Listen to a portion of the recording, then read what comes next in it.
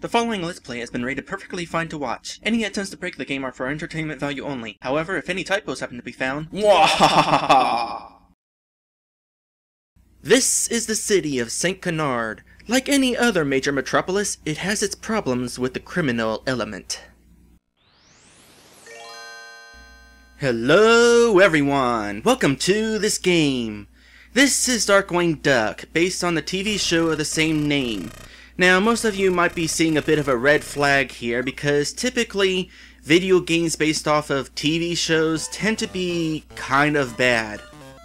But that's not the case here, because back in the day, rather than make their own games, Disney often outsourced their franchises for video games, and one of their favorite outsourcer thingy peoples was Capcom, back when Capcom was respectable. Capcom used to do a pretty good job at it too, their most famous examples being DuckTales, Rescue Rangers, and especially Magical Quest starring Mickey Mouse. So yeah, this is based on a TV show. The TV show stars Darkwing Duck, who is a superhero. He doesn't have any superpowers, but he has like gadgets and martial arts and cunning and wit, and a supersized ego, which thankfully doesn't get in the way. A lot of shows I've watched where the character has a supersized ego, I wind up not liking those characters. So this dialogue right here, Darkwing Duck has this thing where every time he appears at a scene of a crime, he has this introduction thing, much like that. What's interesting is he changes it up a whole lot. He'll change a little bit of it. Like, right there was, I am the scourge that pecks at your nightmares. Other examples include, I had examples. I am the switch that derails your train. I am the jailer that throws away the key. And my personal favorite, I am the bubblegum that sticks to your shoe.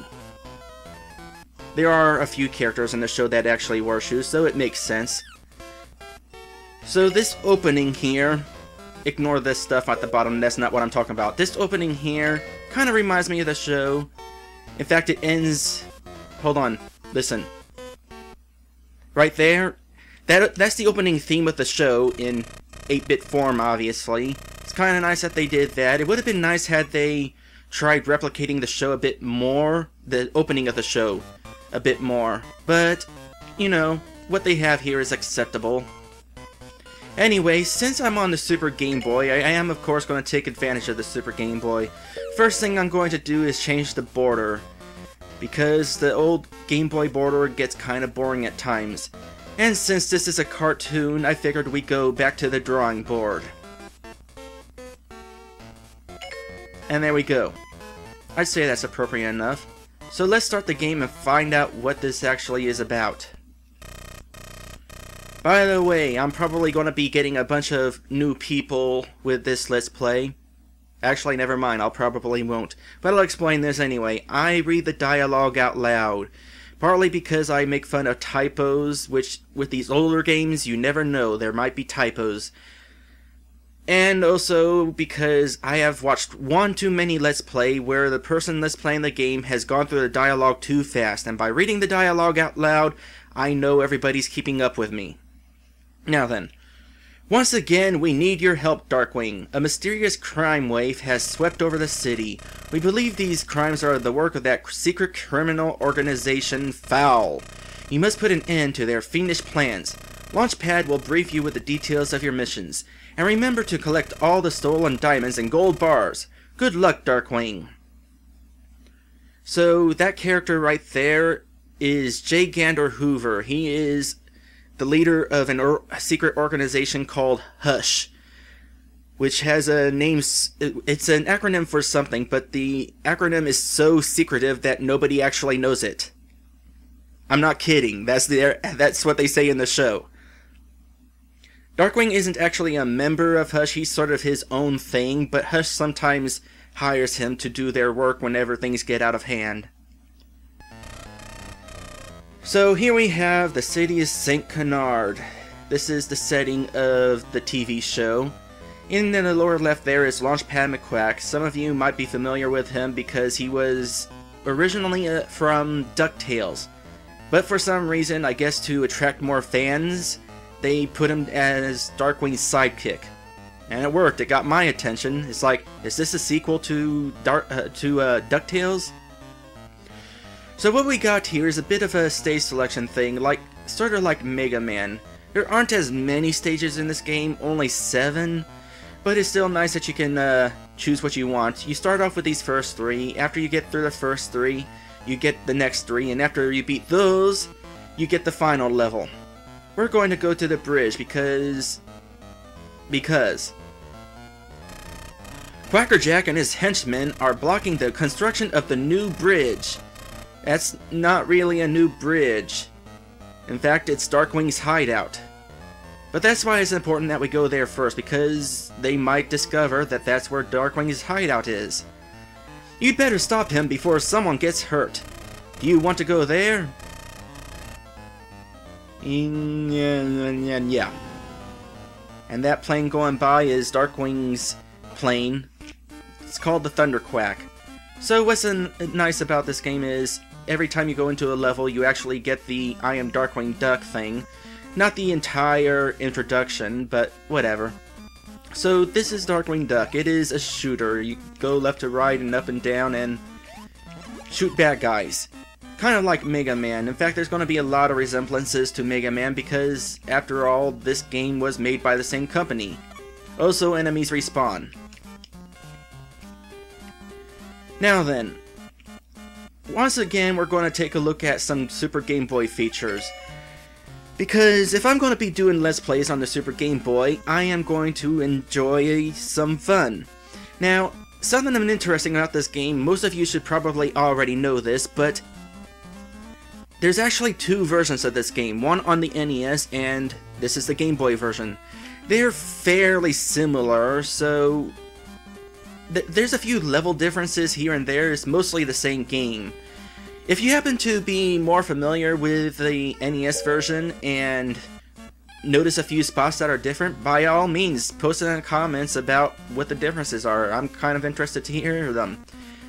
Anyway, prior to recording this, I watched a Let's Play that I did with Ixion of the NES game, and checked out the color schemes that are in the levels, and I tried to come up with some of my own color schemes, somewhat based on the color schemes of the NES game, and I have them all written down. Up here, I'm going to write in the passwords that will change the color schemes. It basically works like this. The first 3 digits affect the first color, second 3 digits affect the second color, and so on and so forth. I don't know why it's in 3 digits whenever it's looking like 4, but whatever. So, I'm going to pause the game. By the way, this game does not have a pause menu, or a pause screen, but the NES version. Reason for that, I guess, is because in the NES version, your score and life counter are only in the pause menu. But anyway, here's what we're going to be doing this color. We are going to be doing 0051 9428 8832. And there we go. We got it resembling a bit more like the NES game. Obviously, since we're restricted to 4 colors, including black and white, we're not going to get it completely accurate. What is accurate is Darkwing's costume. Darkwing wears purple because nothing strikes fear into the hearts of the villains like a purple tuxedo. Wait, what? Yeah, that's the thing about Darkwing Duck. The reason he is doing this, the reason why he's got this persona, is pretty much to strike fear in the hearts of the villains, and I don't know why he's purple. I guess because it's a Disney cartoon. So, in this level, we are going to be getting that thing. There are a couple power-ups, a few power-ups in this game. It's not like Mega Man where you get power-ups after you beat the villain. You just collect them in the first half of each level. Now, the one I have now is HG, which does that. HG, for some reason, stands for heavy gas, hard gas, You know, I'm not entirely sure. We're not actually going to be using that in this level, though. We're actually going to get this. The lightning gas. Or thunder gas. Which does that. It's going to be useful for the boss here. That's why I grabbed it. Oh yeah, there's something I should be doing here. Excuse me while I do a bit of a backtracking. I'm going to be shooting randomly in the air because this game has bonus levels here and there. And the only way to access those bonus levels is I'm gonna go ahead and kill myself. Thankfully, you do not lose your power-up whenever you die. But I kinda have to shoot everywhere on the screen because the bonus levels are hidden, and in order to access them, you have to shoot at them. I don't know where they all are, unfortunately. I tried looking up a guide, but as it turns out, there is no guide saying where the bonus stages are in this version of the game. There's plenty of them for the NES version of Darkwing Duck, but not this version. That's kind of unfortunate. So, if any of you... Oh, there's the first one! Yay! Sorry to interrupt your mission, but we need your help. A group of burglars have broken into the city's vault and taken all the valuable items. Our information indicates that the burglars dropped some of the loot during their getaway. Blast open the containers and collect as many of the items as you can before time runs out. Good luck, Darkwing! So we got a purple sky because that just happens to be the color scheme I have here. So basically I'm just going to stand here and blast the containers, and if any of them pop open something really interesting off to the side, I'll go grab them. I'll grab those. It's just points, but whatever. The G stands for gas. Because these special weapons... Can we hit that? Yeah, we can do that. But that takes ammo, and that's what gas is. Darkwing Duck actually does have a gas gun in the show. He generally doesn't use it to shoot bad guys, but... You know, it works out in this game because what else would he do? Jump on enemies? Yeah, right. That'd be stupid.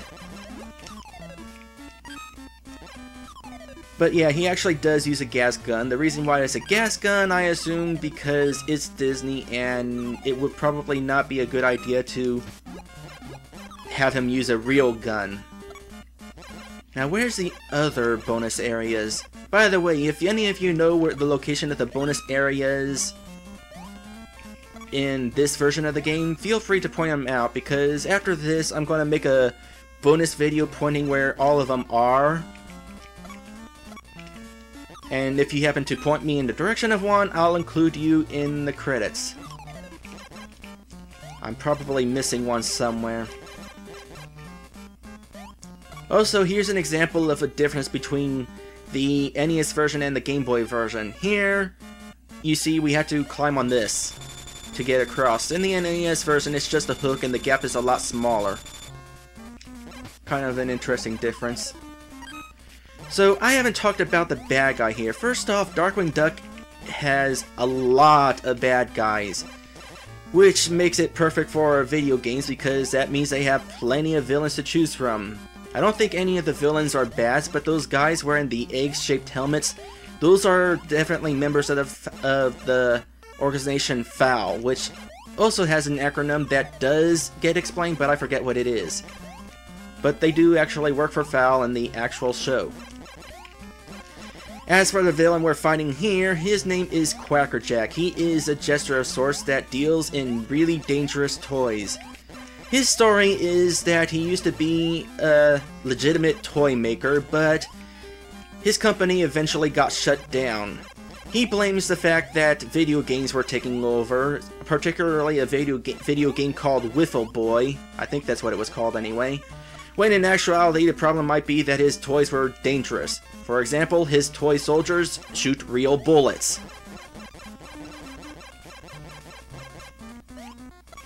Quackerjack has this little doll thing that he hangs around with. It's a little banana called Mr. Banana Brain, and we'll be seeing that whenever we reach Quackerjack. The doll doesn't actually do anything. He's sort of like Quackerjack's dummy, I guess. Well, there is one episode where Mr. Banana Brain does stuff, but By the way, if you hold up, you can block projectiles. Kind of necessary because these guys, you can't shoot them whenever they're blocking projectiles, so you kind of have to be patient with your attack. But anyway, there was one episode where Mr. Banana Brain did do stuff, and that episode was because Mr. Banana Brain got possessed by a demon. One of the few times where you'd see Darkwing teaming up with a villain in order to save the day. As for the Wiffle Boy episode, it shows that Darkwing Duck actually plays video games. At least for that one episode, because after that episode, video games are never mentioned again. Well, maybe mentioned, but they're never shown, and you don't see Darkwing Duck playing video games. Anyway, I think there might be another thing down there. I'm gonna grab this real quick. That's only worth one. Alright. Drop down here, kill a slug, get another one. I know you would think there would be something down here. No, guess not. Oh, there it is! I have found both of them! Sorry to bother you, Darkwing, but we have found the location of the burglar's hideout. Our informants, sometimes I actually say words wrong, and then that's when reading kind of becomes a bad thing, but at the same time it's kind of funny whenever I stumble over the words that aren't wrong. Our informants say that it is filled with the stolen items. Block the capsules with your cape and Goslin will help you collect the items. Watch your step and good luck. So, Goslin is Darkwing's adopted daughter, although they sort of forget that after the pilot episode because the adoptedness is never mentioned again. So what we're supposed to do here is go to the middle, hold up, and just jump into the items. This minigame is incredibly easy. You cannot miss a single thing. Now, since we're on the Game Boy version... Oh, there was a 1-up. Since we're on the Game Boy version, there's going to be... The differences between the Game Boy version and the NES version are partly because of screen size. The sprite you're seeing of Darkwing Duck in this game is also the actual size of him in the NES game. So over there should be more screen in the NES version, but they had to shrink the screen for the Game Boy, which is why, of course, we have the border, because it can't fill the whole screen. Now that minigame right there, I've actually seen it in the NES version. It is a lot more complicated. Instead of there being 2 levels of power-ups, there are 3, and some of the power-ups, instead of dropping straight down, they actually fling off a little to the side. Kind of interesting that there's these little differences here and there. I'm not as familiar with the NES version, but most of you, if you've played the NES version first, which I think the NES version is the more common version, you should probably be finding this rather interesting, or I assume you would be. Anyway, now that I found both of the bonus levels, I don't have to shoot randomly across the level. Actually, this is the end of the level right here. Come to think of it, there are a few graphical details that are missing. At the beginning of the level, where you can see the rails of the bridge or the supports, in the NES version, you could actually see lights flashing on that, which was a really neat effect. Anyway, we've reached the end of the level, and in there we are going to fight the first boss, Quackerjack. And up at the top we gotta deal with Mr. Banana Brain, where, once again, he's not really supposed to move, but I guess they had to have some sort of obstacle. Now, let's see here. What we need to do is just drop down here, and Quackerjack dodges. By the way, there was actually one episode where Quackerjack's mask was removed. It was only for a second, but it was in the episode where Mr. Banana Brain was possessed. Anyway, this is ridiculous, so this is why I brought the Thunder Gas along, because then I can just do this. I'll just shoot him from here, dodge the bananas that are dropping down, and he's not going to dodge my attacks. He's just going to run back and forth. Should be almost dead. By the way, I mentioned at the beginning of the LP that the music playing during the title sequence was from the show. I don't know if any other songs from this game are from the show. Back in the day, I didn't really pay much attention to music, so who knows.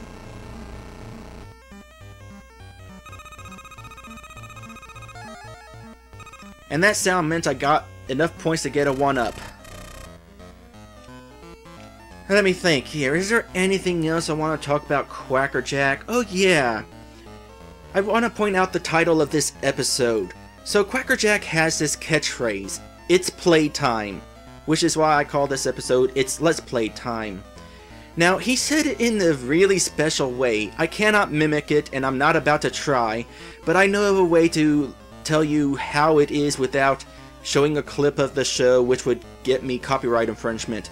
So, most of you should know Pee Wee Herman, right? Imagine Pee Wee Herman shouting, "It's playtime." And that is how Quackerjack says it. Okay, so we can't revisit any stages, which is... I wouldn't mind if we had that ability, because if you wanted to go back for a certain power-up, because not all power-ups are in every level. Anyway, we're going to end this episode here. I know we only finished one level, but I spent a whole lot of time introducing this game. The first episodes of all my Let's Plays are always going to be slow compared to the rest of the Let's Play, because I have a lot to talk about to get you into what the game is all about. Now, one thing I should mention is this game it does not have a save feature. You have to play through the entire game in one sitting, so it's a good thing it only has 7 stages. Back in the day, not many games had save data, whatever you want to pronounce it. Some games had passwords, like the Mega Man games, but this isn't one of them. So I'll actually be playing this in one sitting. The reason I'm splitting episodes apart is for pacing. I want to give myself a little bit of time to get this prepared and, you know, work on my own RPG Maker game. I still need to do that. And I also gotta record Tree of Life, so this gives me time to record it all at once and spread the uploads out so that, you know, I have some spare time. Next time we are going to do 2 levels. We are going to do this level and we are going to do this level. Not entirely sure which one is which, but we'll find out next time. I'll see ya then.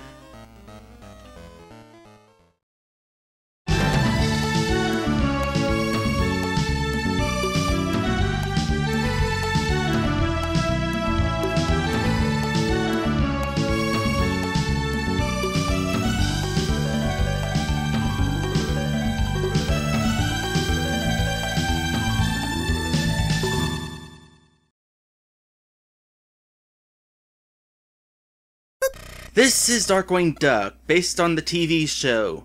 And in case you're seeing a red flag, because basically TV shows tend to be starting over.